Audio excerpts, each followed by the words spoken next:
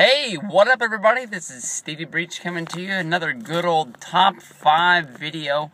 I've been noticing that you guys have really liked my countdown videos, my Royal Rumble video and my Elimination Chamber video, of my top moments of those. So I thought I would start doing some top WrestleMania matches, and the one guy that was really on my mind more than anybody else today was Edge. Downloaded the new WrestleMania podcast with Renee Young.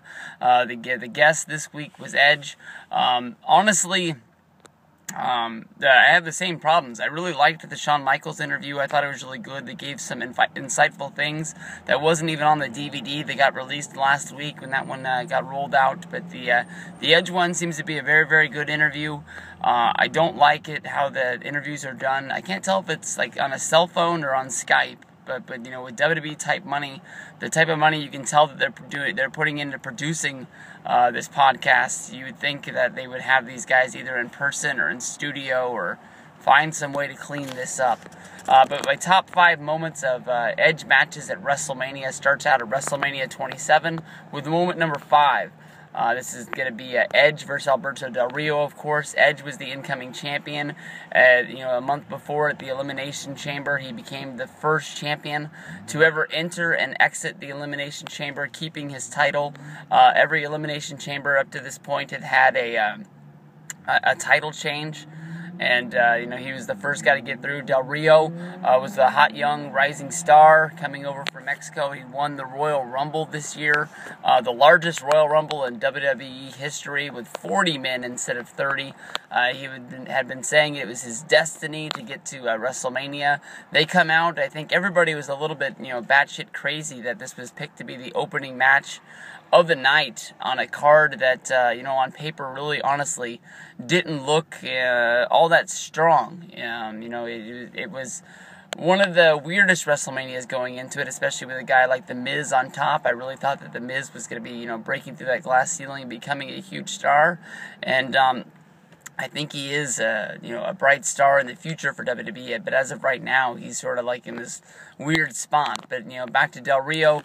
Del Rio and Edge have a match, and basically Brodus Clay's out there for an unknown reason. Del Rio had been his pro through his season. That was NXT Season 2 there. And they don't really play, a huge spot in the match. I think that, I can't remember if this was at the Mania match or if it was at SmackDown when they dove out where, Brodus Clay took a knee to the head and he just dropped out. And whatever, but as Edge tells the behind-the-scenes stories about everything that went down with this match on the podcast, you hear all the things of WWE knew that his neck was bad, but he didn't know really how bad it was. He had to go in and get some tests the week of WrestleMania, and it just played out that this ended up being his last match. And when you watch this match back, the announcers don't know, so they don't really play it up as Edge winning, the big one and retiring as the champion the way he did. You had to wait until, I can't remember if it was I think it was the Raw the week after, after WrestleMania, not the next one on Monday, but the next Monday is when he came out and sort of shocked the world with his big announcement announcing his retirement, and he was riding off into the sunset. This is a match that you can honestly watch back with a smile on your face, and it's kind of weird with them beating up Del Rio's card at the end. I kept thinking that Christian was going to turn heel. He's just sort of looking at the carnage and he's looking at the camera like, well, what the fuck am I really doing out here? It was kind of a weird spot, but at least they put Christian there to save face and become the World Heavyweight Champion and go on that long run once Edge was gone. Number 4 on the list, the TLC match from WrestleMania 17. Honestly, I would have put this match higher because it is a very, very awesome, cool match. Put all of these, well, it's not really what put them on the map, but this is, I think all of these guys' first WrestleMania match.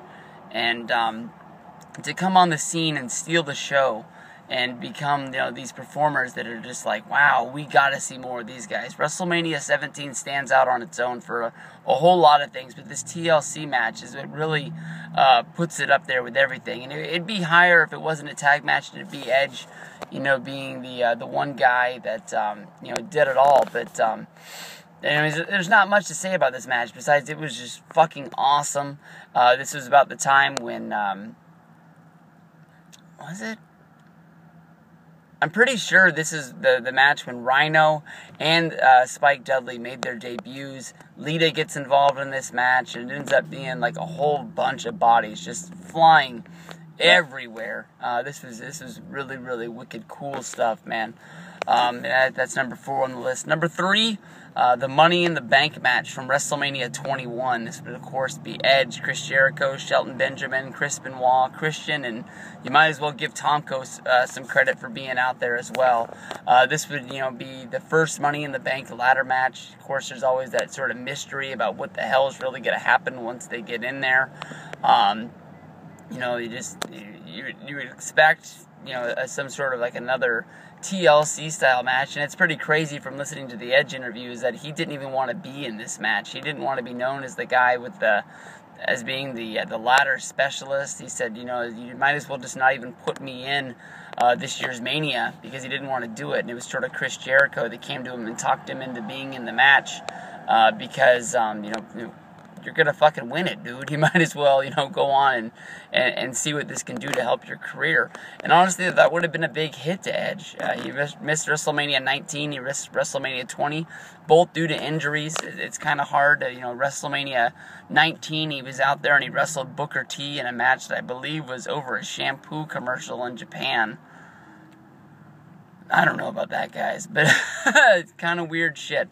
But, Money in the Bank, nobody ever knew, what was going to come of that briefcase. As what I thought was that Edge was going to hold the WrestleMania briefcase, for the Money in the Bank until WrestleMania 22, and that was sort of going to guarantee him the spot into being the champion. And that ended up playing out into the number 2 moment of WrestleMania 22, Edge's match against Mick Foley. Of course, everybody knows he held the briefcase all the way until December. At the December pay-per-view, New Year's resolution, whatever it's called, they had an Elimination Chamber match, and at the end of that, Edge came out, once it was all said and done, and cashed in that briefcase on a match against John Cena. He hit the spear on him, and it was over. I thought that was really, really a cool thing. It was kind of like a whole emotion of like, are you able to do that? Is that legal? I mean, I guess Vince is the guy that started the match, so I guess, yeah, it is. But, of course, Edge would go on to the Royal Rumble. He would lose the title. And when it came down to WrestleMania time, Shawn Michaels ended up being the number 1 contender. He ended up being the guy to go up against John Cena. Edge had sort of been this guy who, he had the belt for a hot minute, and, Edge and Cena ended up trading the belt back 1,000 times, and they wrestled a ton. I mean, people complain today about Randy Orton wrestling against John Cena, but we've honestly seen, Edge wrestle, John Cena 1,000 times, just as many times as we've seen Randy Orton, and that match has been pounded into the ground, but nobody ever seems to complain about that. And I know that Edge has the bad neck and everything like that, but I mean, if there was a match named tomorrow, Edge versus John Cena, I doubt one person in the world would complain, so it makes no sense to me why these guys go out there and you get these sort of oh, not this fucking match again. But the match with Foley, was sort of like a stepping stone for Edge as well. He had seen that, they had enough faith in him to put the title on him, and he had a good run. He'd main evented with John Cena. They've had good numbers, but for some reason, when it came down to WrestleMania, they didn't want to give him that spot that he thought he deserved. So he, took this match with Foley. They wrestled the hardcore style of match, and he did what I guess nobody thought could do. He steals the show with an older performer, and Foley has my credit as pushing those guys that are on the brisk of being, the next big top guy to being that next top guy. I mean, Foley, he put Triple H over the top. He put Edge over the top. I was really hoping that Foley was going to have a match that was rumored at WrestleMania a few years ago against The Miz, and I thought that would really push him towards the top. It just seems that, being in the ring with Foley and being in a program and seeing, everything that you have to do is what, really gets you over the top. People have said that a lot of people think that Mick Foley has, the most scattered brains, in the wrestling business, if he ends up being one of the smartest guys that's in the ring that knows how to work the crowd more than anybody else that's out there. Foley also put Orton over the top. That's another guy. But, you know, number one on the list is WrestleMania 24. You only get one chance to main event WrestleMania. And he got to do it none other than against Undertaker, one of the biggest names that's in the business. I've heard from a lot of people saying that when it came down to it, I'm a firm believer in this, that when you look at the WrestleMania Undertaker streak, there's not many guys that you can really look at it and say that this guy's got a chance. To me, honestly, Edge was the first guy that I was like, Edge is coming in as the champion. They're trying to put this guy over. They're trying to definitely make him the biggest name of SmackDown. You know, they're going to let him beat Undertaker and end the streak because it's what's best for WWE and it's what's best for Edge's career. But instead, he goes out, and I think he has one of the best WrestleMania entrances of all time. He comes out there, stands up there, all the fireworks explode over that huge sort of skyscraper that they built for the ramp and the stage that year. WrestleMania 24 to me, honestly, has one of the best sets that they've ever done. I mean, it's hard to top WrestleMania 9. You know, where they did the whole fucking stadium in toga theme, and you thought you were in the Colosseum back there in ancient Rome. But that's a fun Mania to watch, even though the Mania is not that great. But we'll get into best Manias and worst Manias later on down the road. But I really thought that Edge was going to beat Taker. I mean, when you watch the match, there's the interference from Ryder and Hawkins. They come down there and they get involved. And you really thought that Edge was going to be the guy who really pulled it out. But you know, Taker does what Taker does. He goes out there, has one of the best matches of the night, finds a way to put the match away, becomes the World Heavyweight Champion, and off she wrote. I mean, like, Edge was able to go on the next year at WrestleMania 25. He wrestled for the World Heavyweight Championship again against Cena and Big Show, and Edge just really never stopped growing from there.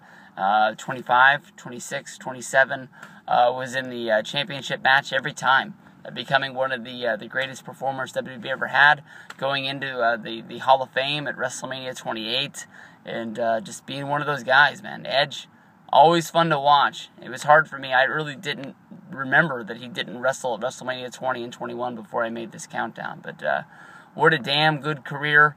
He had 10 years in the business, you know, from WrestleMania 17 all the way to 27, giving us some of the best WrestleMania matches that were out there. That's the top 5 countdown of Edge. Peace out.